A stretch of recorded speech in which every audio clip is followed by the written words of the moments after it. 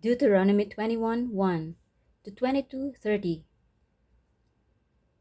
When you are in the land the Lord your God is giving you, someone may be found murdered in a field, and you don't know who committed the murder. In such a case, your elders and judges must measure the distance from the site of the crime to the nearby towns. When the nearest town has been determined, that town's elders must select from the herd a heifer that has never been trained or yoked to a plow. They must lead it down to a valley that has not been plowed or planted, and that has a stream running through it. There in the valley, they must break the heifer's neck. Then the Levitical priests must step forward, for the Lord your God has chosen them to minister before him and to pronounce blessings in the Lord's name. They are to decide all legal and criminal cases. The elders of the town must wash their hands over the heifer whose neck was broken. Then they must say, "Our hands did not shed this person's blood, nor did we see it happen. O Lord, forgive your people Israel, whom you have redeemed. Do not charge your people with the guilt of murdering an innocent person. Then they will be absolved of the guilt of this person's blood. By following these instructions, you will do what is right in the Lord's sight and will cleanse the guilt of murder from your community. Suppose you go out to war against your enemies, and the Lord your God hands them over to you, and you take some of them as captives. And suppose you see among the captives a beautiful woman, and you are attracted to her and want to marry her. If this happens, you may take her to your home, where she must shave her head, cut her nails, and change the clothes she was wearing when she was captured. She will stay in your home, but let her mourn for her father and mother for a full month. Then you may marry her, and you will be her husband, and she will be your wife. But if you marry her and she does not please you, you must let her go free. You may not sell her or treat her as a slave, for you have humiliated her. Suppose a man has two wives, but he loves one and not the other, and both have given him sons. And suppose the firstborn son is the son of the wife he does not love. When the man divides his inheritance, he may not give the larger inheritance to his younger son, the son of the wife he loves, as if he were the firstborn son.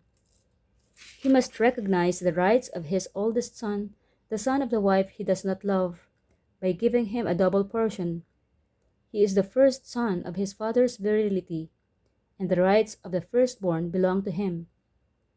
Suppose a man has a stubborn and rebellious son who will not obey his father or mother, even though they discipline him.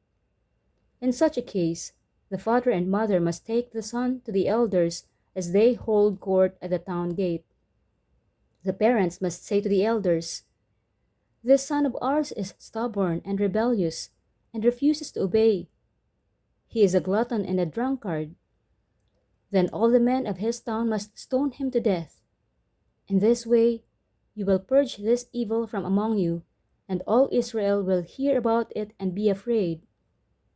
If someone has committed a crime worthy of death and is executed and hung on a tree, the body must not remain hanging from the tree overnight. You must bury the body that same day, for anyone who is hung is cursed in the sight of God. In this way, you will prevent the defilement of the land the Lord your God is giving you as your special possession. If you see your neighbor's ox or sheep or goat wandering away, don't ignore your responsibility. Take it back to its owner. If its owner does not live nearby or you don't know who the owner is, take it to your place and keep it until the owner comes looking for it. Then you must return it. Do the same if you find your neighbor's donkey, clothing, or anything else your neighbor loses. Don't ignore your responsibility.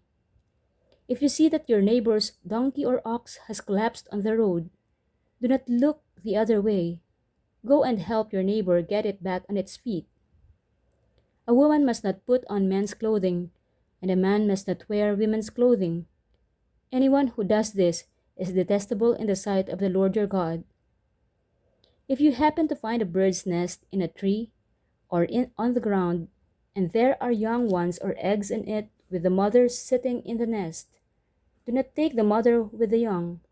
You may take the young, but let the mother go, so that you may prosper and enjoy a long life.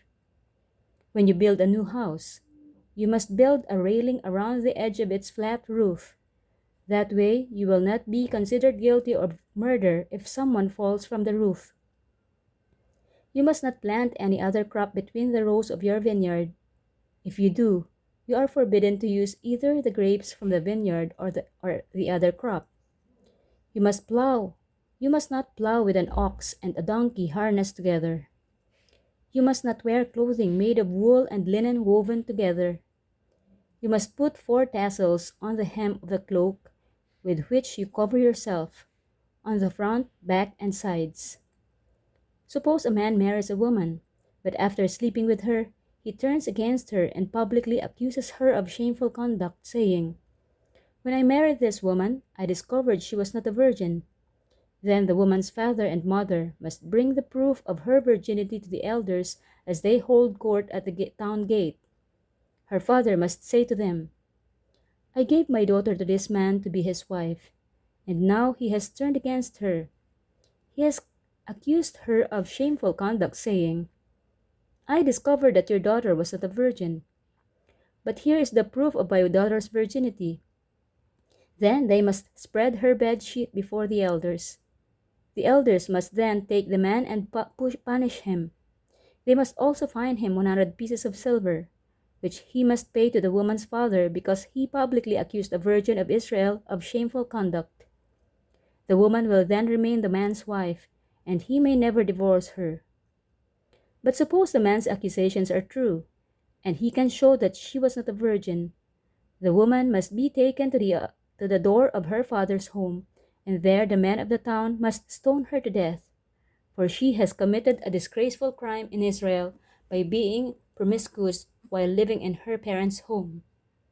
In this way, you will purge this evil from among you. If a man is discovered committing adultery, both he and the woman must die. In this way, you will purge Israel of such evil. Suppose a man meets a young woman, a virgin who is engaged to be married, and he has sexual intercourse with her. If this happens within a town, you must take both of them to the gates of that town and stone them to death. The woman is guilty because she did not scream for help. The man must die because he violated another man's wife. In this way, you will purge this evil from among you. But if the man meets the engaged woman out in the country and he rapes her, then only the man must die. Do nothing to the young woman. She has committed no crime worthy of death. She is as innocent as a murder victim. Since the man raped her out in the country, it must be assumed that she screamed, but there was no one to rescue her. Suppose a man has intercourse with a young woman who is a virgin but is not engaged to be married. If they are discovered, he must pay her father 50 pieces of silver. Then he must marry the young woman because he violated her, and he may never divorce her as long as he lives. A man must not marry his father's former wife, for this would violate his father.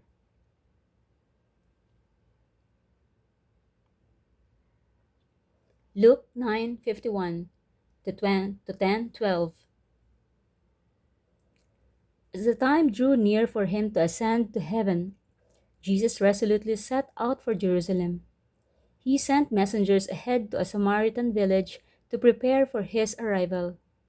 But the people of the village did not welcome Jesus because he was on his way to Jerusalem. When James and John saw this, they said to Jesus, "Lord, should we call down fire from heaven to burn them up?" But Jesus turned and rebuked them. So they went on to another village. As they were walking along, someone said to Jesus, "I will follow you wherever you go." But Jesus replied, "Foxes have dens to live in, and birds have nests, but the Son of Man has no place even to lay his head." He said to another person, "Come, follow me." The man agreed, but he said, Lord, first let me return home and bury my father. But Jesus told him, let the spiritually dead bury their own dead. Your duty is to go and preach about the kingdom of God. Another said, yes, Lord, I will follow you, but first let me say goodbye to my family. But Jesus told him, anyone who puts a hand to the plow and then looks back is not fit for the kingdom of God. The Lord now chose 72 other disciples and sent them ahead in pairs to all the towns and places he planned to visit. These were his instructions to them. The harvest is great, but the workers are few. So pray to the Lord who is in charge of the harvest. Ask him to send more workers into his fields. Now go, and remember that I am sending you out as lambs among wolves. Don't take any money with you, nor a traveler's bag, nor an extra pair of sandals. And don't stop to greet anyone on the road. Whenever you enter someone's home, first say, may God's peace be on this house. If those who live there are peaceful, the blessing will stand. If they are not, the blessing will return to you. Don't move around from home to home. Stay in one place, eating and drinking what they provide. Don't hesitate to accept hospitality, because those who work deserve their pay. If you enter a town and it welcomes you, eat whatever is set before you. Heal the sick and tell them, the kingdom of God is near you now. But if a town refuses to welcome you, go out into its streets and say, we wipe even the dust of your town from our feet to show that we have abandoned you to your faith. And know this, the kingdom of God is near. I assure you, even wicked Sodom will be better off than such a town on Judgment Day.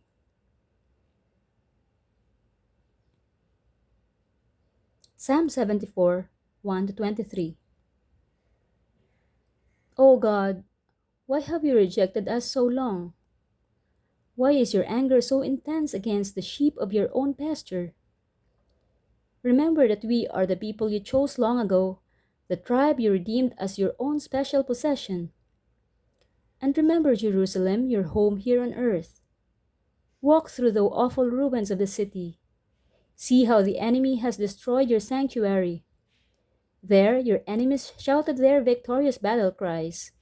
There they set up their battle standards. They swung their axes like woodcutters in a forest. With axes and picks, they smashed the carved paneling. They burned your sanctuary to the ground.